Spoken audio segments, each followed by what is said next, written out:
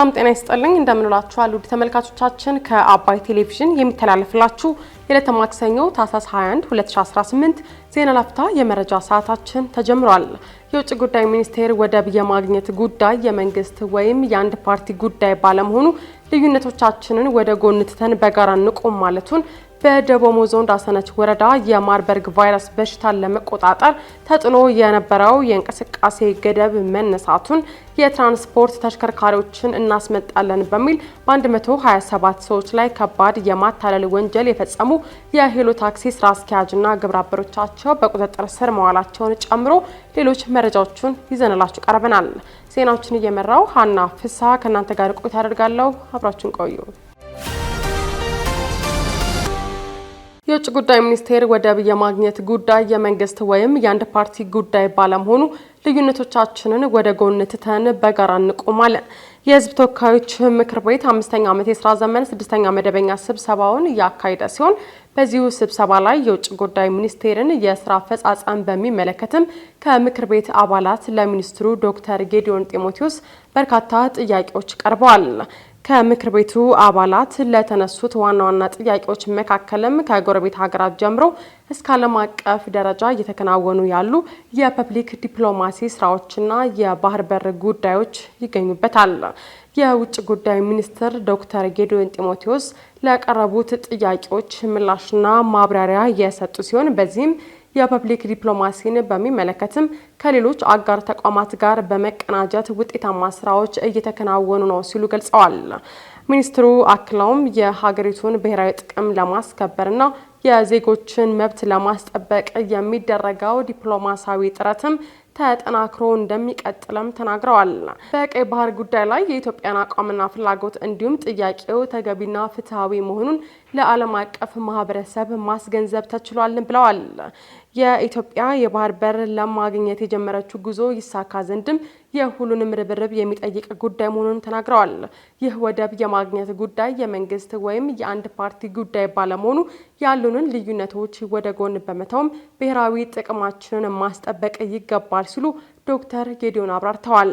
ኢትዮጵያ ከጎረቤት ሀገራት ጋር ስላላት ዲፕሎማሲያዊ ግንኙነት በተመለከተም ከምክር ቤት አባላት ለቀረቡላቸው ጥያቄ ምላሽ የሰጡት ሚኒስትሩ ኢትዮጵያ ከአብዛኞቹ የቀጠናው ሀገራት ጋር መልካም የሚባልና በጋራ ተጠቃሚነት ላይ የተመሰረተ ግንኙነት አላት በማለትም አብራርተዋል።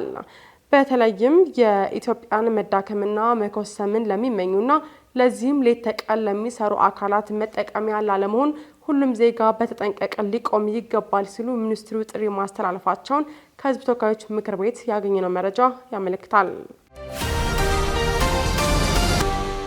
በደቡብ ኦሞ ዞን ዳሰነች ወረዳ የማርበርግ ቫይረስ በሽታን ለመቆጣጠር ተጥሎ የነበረው የእንቅስቃሴ ገደብ ተነሳ። በደቡብ ኦሞ ዞን ዳሰነች ወረዳ መስተዳደር የማርበርግ ቫይረስ በሽታን ለመቆጣጠር ከ2 ሳምንታት በፊት ጥሎት የነበረውን የእንቅስቃሴ ገደብ ማንሳቱን አስታውቋል። ገደቡ የተነሳው የበሽታውን ስርጭት ለመግታት የተቋቋመው የወረዳው አብይ ኮሚቴ ባሳለፈው ውሳኔ መሰረት መሆኑንም የወረዳው መስተዳደር አስታውቋል።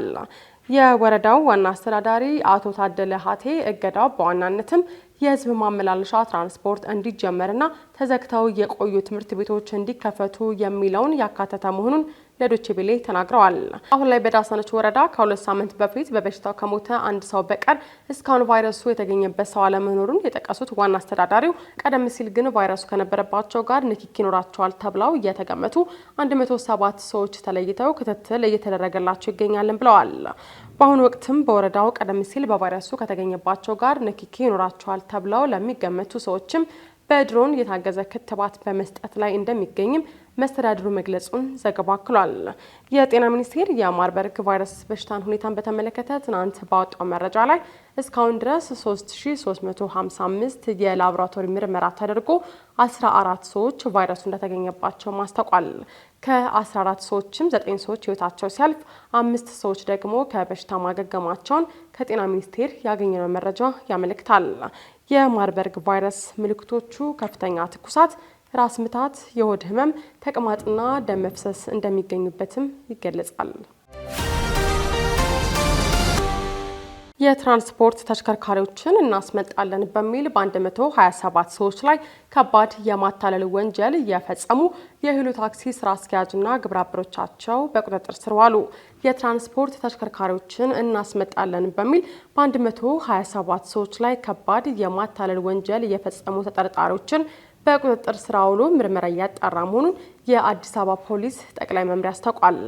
በአነስተኛ ቅድመ ክፍያ የመኪና ባለቤት እናደርጋቸዋለን በሚል የ127 ዜጎችን ተስፋና ጥሪት የበሉ ተጠርጣሪዎቹ በቁጥጥር ስር መዋላቸውን የአዲስ አበባ ፖሊስ አስታውቋል። ተጠርጣሪዎቹ የዜጎችን የትራንስፖርት ዘርፍ የመሰማራት ፍላጎት እንደ መልካም አጋጣሚ በመጠቀም መኪና እናስመጣለን በሚል ከእያንዳንዱ ተበዳይ ከ130 ሺህ እስከ 350 ሺህ ብር የሚደርስ ገንዘብ ተቀብሏል ተብሏል።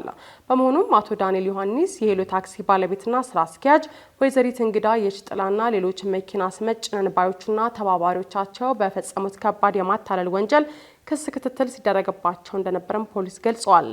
ፖሊስ ግለሰቦችን ከዚህ ቀደም በተለያዩ ጊዜያት ዜጎችን በማደራጀት በትንሽ ክፍያ የመኪና ባለቤት እናደርጋቸዋለን በሚልና ባልተገባ መንገድ የበርካታ ዜጎችን ሕይወት አደጋ ላይ ጥለዋልን ብሏል። በአቋራጭ ለመክበር በማሰብ ከድሃው ዜጋ ገንዘብ በመሰብሰብ ያልተገባ ጥቅም ለማግኘት የሚሹ ግለሰቦች የሚሆኑ ተቋማትም ከድርጊታቸው ሊቆጠቡ ይገባል ያለው ፖሊስ መሰል የማታለል ድርጊት ውስጥ በሚገቡት ላይም ተገቢውን ሕጋዊ እርምጃ እንደሚወስድ ማስጠንቀቁን ከአዲስ አበባ ፖሊስ የማህበራዊ የትስስር ገጽ ያገኘነው መረጃ ያመለክታል። እስራኤል ለሶማሊላንድ እውቅና መስጠቷ ትክክለኛ ውሳኔ መሆኑን ለጸጥታው ምክር ቤት አስታወቀች። የተባበሩት መንግስታት የጸጥታው ምክር ቤት ትናንት ሰኞ ባካሄደው አስቸኳይ ስብሰባ ላይ እስራኤል ለሶማሊላንድ እውቅና መስጠቷ ትክክለኛ ውሳኔ መሆኑን ለጉባኤው አስታውቋል።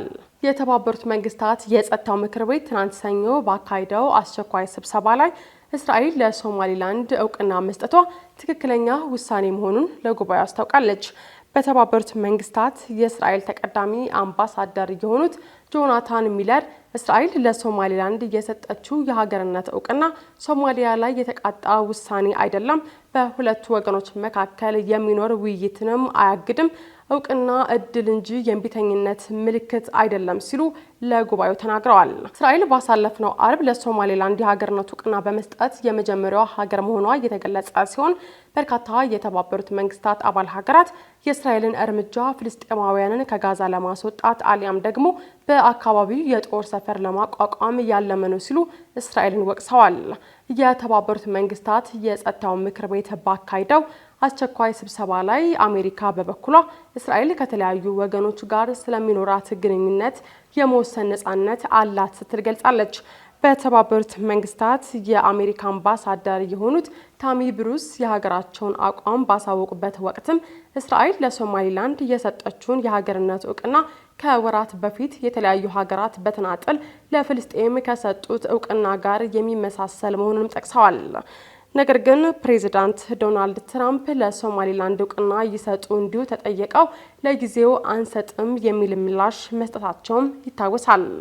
የጸጥታው ምክር ቤት ቋሚ አባል ያልሆነችው የሶማሊያ አምባሳደር አቡካር ኦስማን የእስራኤልን እውቅና አውግዘው ይህ በሶማሊያ ግዛት ላይ መከፋፈልን ያነገበ የወረራ ተግባር ነው ብለዋል። ዩናይትድ ኪንግደም በበኩሏ በጉባኤው ላይ ለሶማሊላንድ የሀገርነት እውቅና እንደማትሰጥ በመግለጽ በሶማሊላንድ ላይ የሚደረግ ማንኛውንም ውሳኔ በሞቃዲሾና በሀርጌሳ መካከል በሚደረግ ውይይትና የጋራ ስምምነት ላይ የተመሰረተ መሆን እንዳለበት አቋሟን ለጸጥታው ምክር ቤት አስታውቃለች። ፕሬዚዳንት ዘለንስኪ በፑቲን መኖሪያ ላይ ተሰነዘረ የተባለውን የድሮን ጥቃት ክስ አስተባበሉ። የዩክሬን ፕሬዚዳንት ቮሎዲሚር ዜሌንስኪ ዩክሬን በፕሬዚዳንት ፑቲን መኖሪያ ቤት ላይ የድሮን ጥቃት ከፍታለች በሚል ከሩሲያ የቀረበውን ክስ ማስተባበላቸው ተገልጿል። በፕሬዚዳንቱ መኖሪያ ላይ ጥቃት ከፍታለች የሚለውን ክስ ያሰሙት የሀገሪቱ የውጭ ጉዳይ ሚኒስትር ናቸው ተብሏል። የውጭ ጉዳይ ሚኒስትሩ ምሽት ላይ ረጅም ርቀት የሚጓዙ 91 ሰው አልባ አውሮፕላኖችን በመጠቀም በፑቲን መኖሪያ ላይ ጥቃት ሰንዝራለች ብለዋል። ተሰነዘረ የተባለው ጥቃት በተፈጸመበት ወቅትም ፕሬዚዳንት ፑቲን የት እንደነበሩ አልተገለጸም። በጥቃቱ ምክንያት ሩሲያ የሰላም ድርድር አቋም መልሳ እንደምትፈትሽም አስታውቃለች። ይህንን ክስ የተለመደ የሩሲያ ውሸት በማለትም ያጣጣሉት ፕሬዝዳንት ዘለንስኪ ሞስኮ ጥቃት ተፈጽሟል እያለች ያላችሁ በዩክሬን ላይ የምትፈጽመውን ጥቃት የምታስቀጥልበት ምክንያት በመፈለግ ነው ብለዋል። ሩሲያ ከዚህ ቀደም በኪየቭ የሚገኙ የመንግስት መስሪያ ቤቶችን ኢላማ ያደረገ ጥቃት መፈጸሟንም ተናግረዋል። ዘለንስኪ አክለውም በዚሁ ሰዓት ዓለም ዝምታን አለመምረጡ እጅግ ወሳኝ ነው። ሩሲያ ዘላቂ ሰላምን ለማሳካት የሚደረገውን ጥረት እንድታደናቅፍ መፍቀድ አንችልም ሲሉ ገልጸዋል። የሩሲያ የውጭ ጉዳይ ሚኒስትር ወደ ፑቲን መኖሪያ ተወንጭፈዋል የተባሉት ሁሉም 91 ድሮኖቹ በሩሲያ የአየር መከላከያ ስርዓት መውደማቸውን ገልጸዋል። በጥቃቱ ምክንያትም ሪፖርት የተደረገ ጉዳትም ሆነ ውድመት አለመኖሩንም አክለዋል። ወንጀለኛው የኪየቭ አገዛዝ ወደ መንግስታዊ ሽብርተኝነት ፖሊሲ በመሸጋገሩና በመጨረሻ ደረጃ በመበላሸቱ ምክንያትም የሩሲያ የድርድር አቋም እንደገና ይከለሳልን ብለዋል። ሩሲያ ከአሜሪካ ጋር ከተጀመረው የድርድር ሂደት የመውጣት እቅድ እንደሌላት መናገራቸውን የሩሲያ የዜና ወኪል ታስ ዘግቧል። የዜና ላፍታ የመረጃ ሰዓታችን የተከታተላችሁትን ይመስል ነበር። አብራችሁን ስለቆያችሁ ከልብ እያመሰገንን በያላችሁበት መልካም ቀን